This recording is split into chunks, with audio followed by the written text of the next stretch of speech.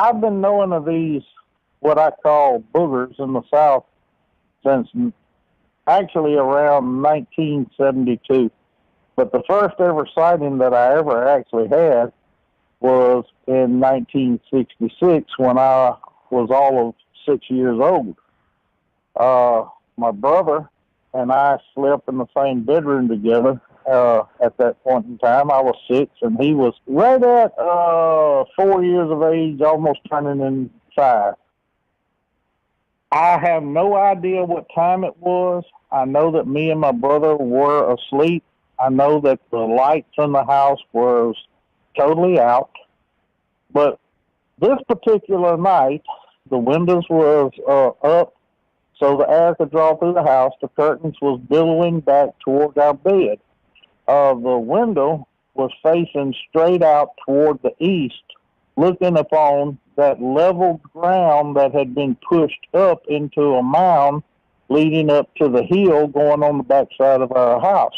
My grandfather had placed a barbed wire fence there to keep his cattle and horses from getting onto the property. Something woke me up. It was the strangest thing in the world. I can remember it clear as day, even up to this point in time. And I think what I actually saw makes that memory just stick in my mind clear, was something outside that night was making some noises that I had never heard before. It was a cooing, clicking type sound. The best way I can duplicate it is it was going, ooh, ooh, ooh. I don't know how long it had been there. I don't know how long it had been doing this, but it was loud enough that it caught my attention and it brought me up from sleep. I do remember that. I knew that it wasn't coming from inside the house, that it was coming outside that window, which the foot of the bed was pointed toward that window. I don't know if it was a full moon stage or not. I just know that there was enough ambient light outside that I could see out along that slope of the hill and could actually see the fence post where the barbed wire fence was. Of course, right behind the barbed wire fence was pine trees that led up the hill, farther on up the hill. But where this clicking and cooing sound was coming from, I noticed there was something leaning on the top of that barbed wire fence. And that really caught my attention. This thing that was making the cooing and the clicking noises had draped itself, its upper body, across the top of that barbed wire fence. And its long arms were draped over the fence into the backyard. It was actually standing on the other side of the fence, facing towards me and my brother's bedroom window. While it was cooing and doing this clicking noise, it was slowly swaying slowly to the right and slowly to the left. All the time it was doing this, it was cooing and clicking.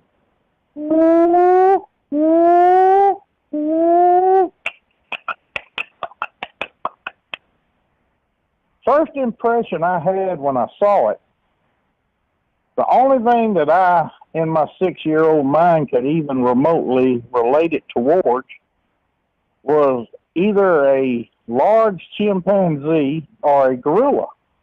I couldn't think of anything else that it possibly could be. You have to remember, this is in 1966. We didn't know what a Sasquatch or a Bigfoot was, and especially being 6 years old anyway, it just didn't click with what it was. And the only thing I could equate it to was seeing a large chimpanzee draped over the back fence. I felt scared. I was scared upon viewing it. I was scared upon what it was trying to do. I'd never seen something like this before, and it did not equate to what was on my grandfather's property. My first reaction was to wake my brother up. I couldn't believe my eyes, and I mean, here was something that I've never seen before. And I said, hey, look out the back window, look out the back window. I vaguely can remember him. He was sleeping on his side, and he kind of rolled over. And when he rolled over, he looked out the back window, and he evidently saw what I was looking at. His immediate reaction was to jump out of the bed and haul butt as fast as he could to my mama's bedroom. Well, you know, fear is contagious, and I caught a healthy dose of it. As soon as he abandoned me, I decided it might be best for me to hit the high and lonesome too, so I bailed out of the bed right on his heels, heading straight for my mama's bedroom. Of course, my brother had already beat me in there, and he had dove in the bed with my mother, and I dove in the bed right behind him. Due to our actions of running into the room, we disturbed my baby sister. She started crying. My mama looked at both of us.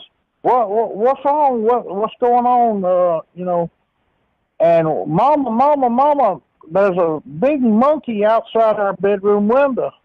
I vaguely remember her trying to calm us down. She got up. She turned on the light in the house.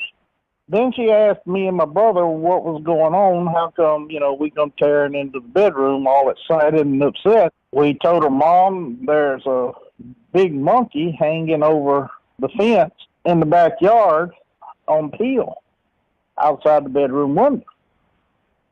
And it seemed to us like she finally pieced together what it was, and she just calmly told us, she said, babies, there's no big monkey out there. There's no such thing in this part of the world.